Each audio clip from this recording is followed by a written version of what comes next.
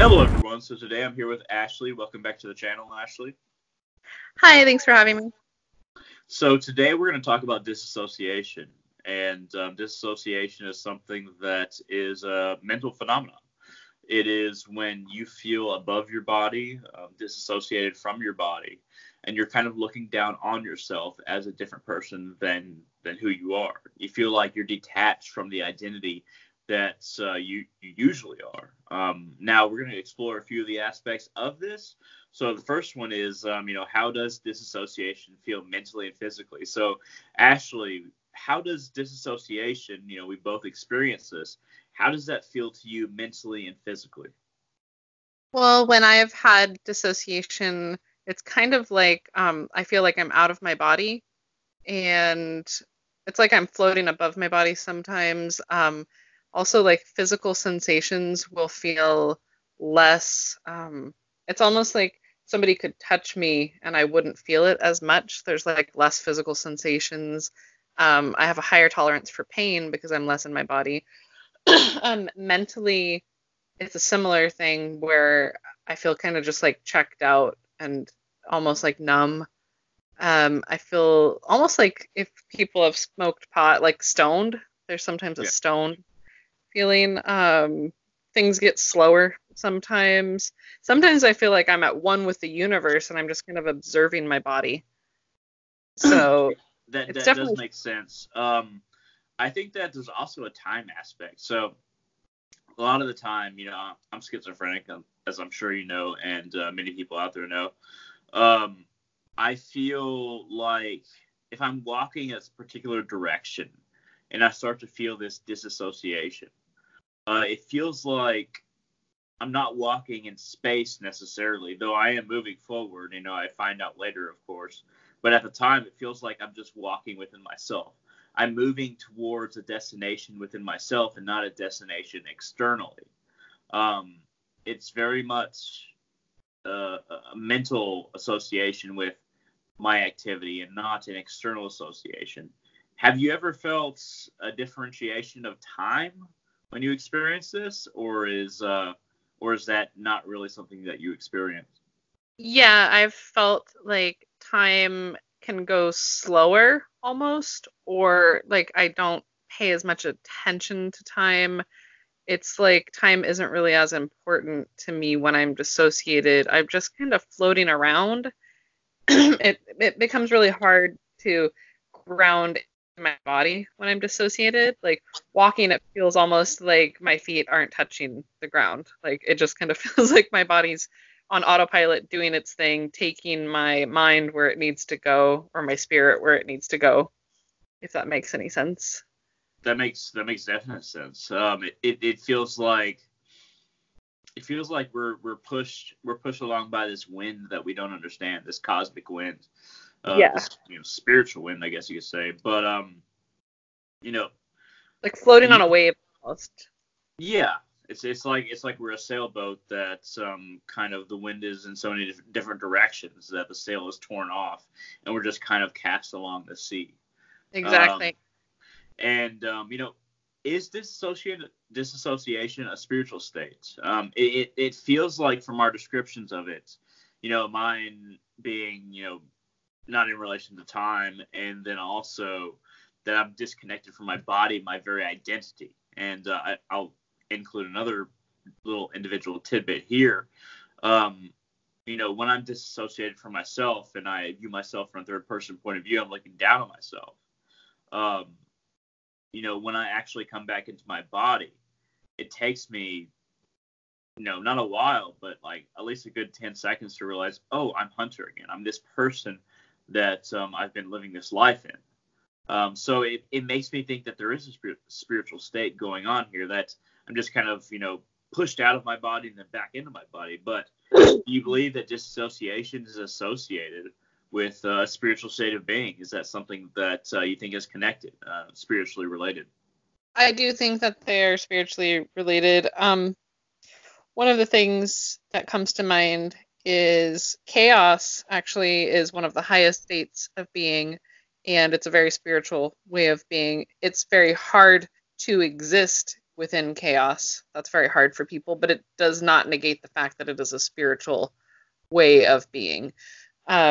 Also, I have read up on dissociation and different mental disorders, and they say that the difference between artists and spiritual people, shamans, and people just with mental illness is people with mental illness just go into the void or the collective conscious or the spirit world, and they get lost in it, and they don't necessarily bring back wisdom always. They can, but usually they just get lost in it. That's what mental illness is on a base level. Whereas artists and shamans go into the same, void spirit realm, and then they bring back wisdom for people. Now, a lot of people with mental illness have a predisposition to be more shamanic or more artistic than your average person.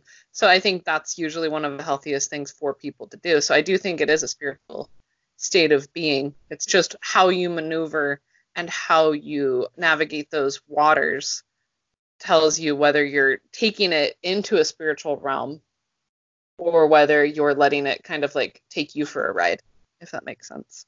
Yeah, of course, it definitely makes sense. I do consider myself a shaman, for instance, and I'm a very artistic person. It's something that comes very naturally to me.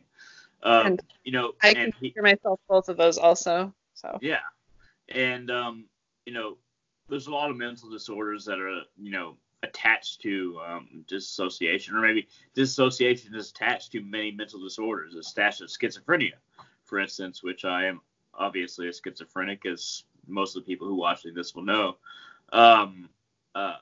There's I think that there's an over exuberance to associate disassociation with mental disorders. I think that psychologists and doctors are too ready to associate it with a lack of identity, a lack of understanding of oneself, when in fact, a lot of the time, it's most other people who don't have a true understanding of themselves, aren't able to come out of their own identity and look at themselves from a third person point of view. And then that third person point of view actually provides us with a vantage point that we can move forward in our lives and conquer the obstacles that are in our way. Because when we look at ourselves from a third person point of view, we see that the obstacles in our way aren't as big as we really thought they were. exactly. Whether it be certain obstacles in our job, whether it be a degree that we're getting at a college that we're in, whether it be a personal issue, public speaking, or the ability to understand a certain subject so that we can understand ourselves in a certain way.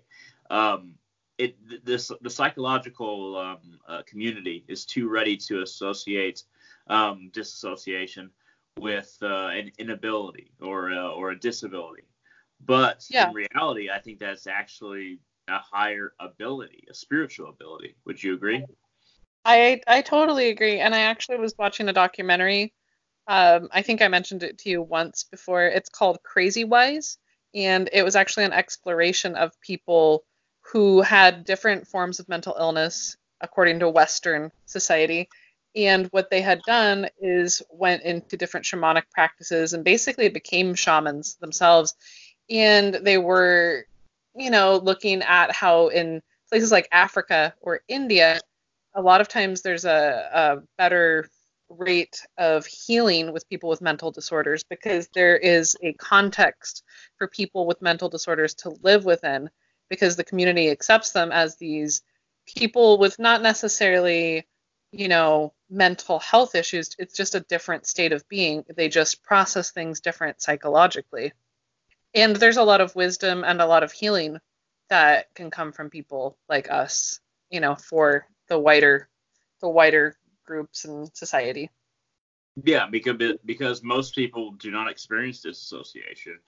And when they do, they might just experience it a few times in their lives. But for some people that experience it regularly, like myself, and you've experienced it pretty regularly, I think that back in thousands of years ago, even hundreds of years ago, and even now in many tribes in the wilderness, we would be considered people that are shamans. We would be able, because we are able to connect with that part of ourselves that is beyond our physical body. But you know, the scientific revolution is still fairly new. You know, a few hundred years is not enough time to really understand, you know, the scientific method, you know, as it was developed, let alone understand, you know, the psychological state of human being, whether it be spiritual or purely mental.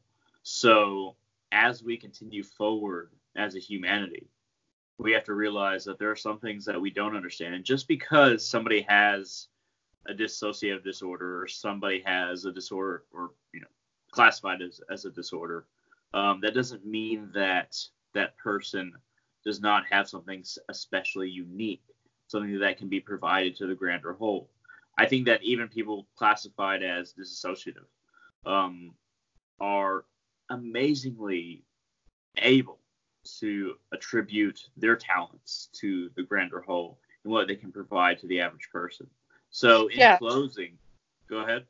Well, I was going to say, you know, when I am dissociated, I have like the ego has less of a grip on me. I am coming usually more from my heart when I am in my body and in my mind when I'm interacting with people. I'm coming from a more gentle, heartfelt place, and the ego is less solidified usually within my essence. So it's not necessarily a negative state for me to be in. I don't like the duration. Like, I don't like when I can't get back into my body. It's like I go on a trip or a shamanic journey that I can't necessarily pull myself back into at will. I've gotten better at it, but I think there's definitely value in that state of consciousness. And it helps, you know, there's really just the human experience. And even if a person doesn't have dissociative disorder or schizophrenia or CPTSD or any of these different labels that we give ourselves with mental health issues, people will, from time to time, experience things like dissociation, chaos, different states of being mentally, and they look to people like us who have more experience with it, you know, to help them and help guide them, you know, in those states of being, in those mental states, spiritual Definitely. states. I mean, it's everybody has a unique beauty about them, as I've said before. Everybody has a role they can play specifically tuned to themselves for the grander whole of society, for the grander whole of humanity. It's beyond society, because society has a certain amount of things that you can do, but for humanity, it's every single weird person, it's every single unique person, spiritual, lack thereof, business person. All of us fit into a web, and the more that we accept that there's an endless web to this this understanding of each other and the ability to help one another, the easier it is to accept one another. So, in closing, is there anything you want to say as far as encouragement goes to people who feel disassociation? And I think we've covered most of it, but is there anything that you want to say in encouragement? I would say study up on the topic. If you're going to counseling, doing things like that, work with your therapist, obviously. But I really would suggest diving into your spiritual practice more, learning grounding techniques, learning how to anchor into the body, anchor into the emotions. Group work can be very helpful. For me, one of the things that helped the most was learning how to get back into my body and experience emotions within my body, because I was so far up into my head that then when things got too overwhelming, it's like I was up in that higher chakra and then I would just go up out of the seventh chakra, and it's like I wasn't even in my body at all anymore. So anchoring back into the body and learning those different spiritual techniques, you know, Yeah. that's what I would suggest. Yeah, definitely.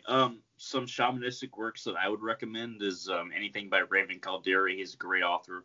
Kinaz Falan, of course. I will share the authors' names up there. I'd also recommend anything by Swami Kriyananda. It'll help you in multiversal, understanding, the ability to realize the human soul in relation to the multiverse. But besides that, thank you very much for watching. Thank you very much, Ashley, for joining me on the channel today. Well, thank you for having me. course. And I hope to see all of you on the channel in the future.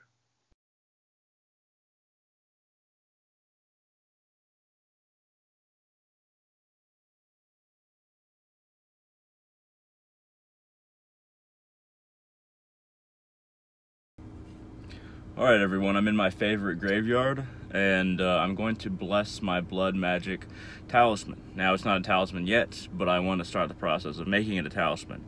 It is basically a red crystal on the end of a metal chain. It isn't much, it's a red agate, and I will be using it for blood magic. I picked it for its red color, and because I really like agate. I'm really not sure how you say that. Agate? Something like that? No, probably not. But anyway, I'm going to be burying it in this graveyard, in my favorite graveyard, and I'm going to leave it here for about 2 days buried, and then I'm going to come back and dig it back up. I do most of my work with the dead in this graveyard, and it's something that I feel very comfortable with as far as blessing an item with by this graveyard's energy. So I'm going to go ahead and bury that, and then I will retrieve it in 2 days. But we'll go over there right now.